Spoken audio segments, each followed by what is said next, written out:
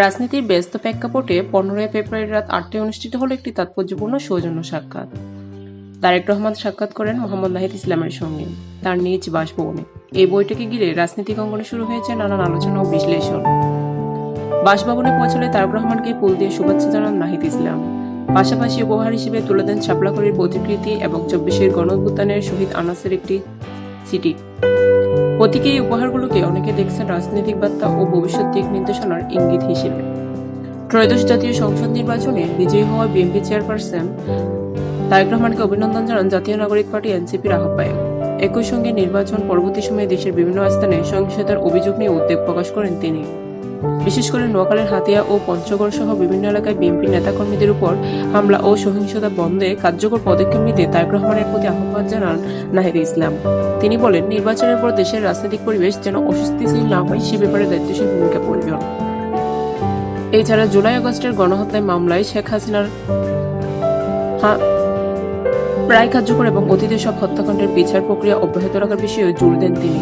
তার বক্তব্যে স্পষ্ট ছিল, ন্যায় বিচার ও জবাবদিহিতা নিশ্চিত করার হবে রাজনৈতিক স্থিতিশীলতার মূল ভিত্তি।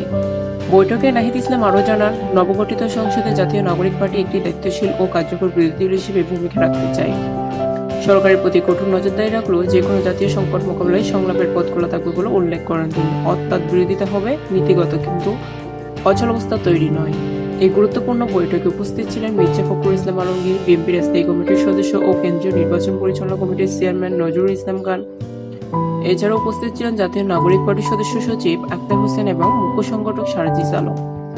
সব মিলিয়ে এই সৌজন্য সাক্ষাৎ কেবল আনুষ্ঠানিকতা নয়, বরং নির্বাচন পরবর্তী রাজনীতিতে নতুন সমীকরণ, দায়িত্ববোধ ও ভবিষ্যৎ সম্পর্কের দিক নির্দেশনার একটি ইঙ্গিত করে মনে করছেন বিশ্লেষকেরা।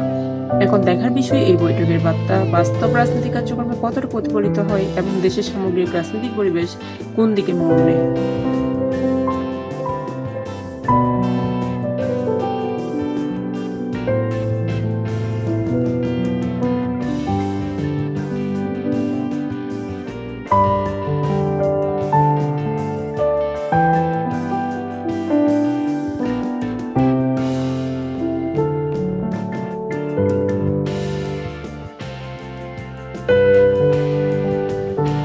নরসিংদী করে যায় না, পুরান ঢাকায় আন্ডুস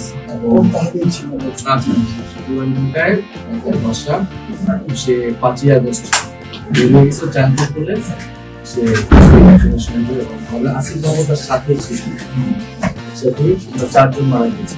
সেই খুঁজিটা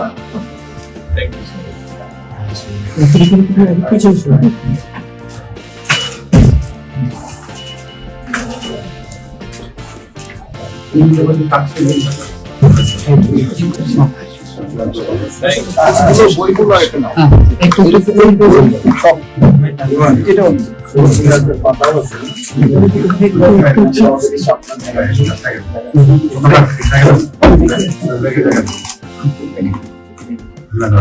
ভাই আপনার প্লিজ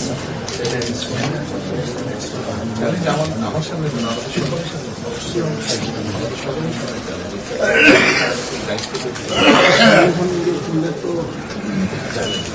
ভাই লাইট অফ করেন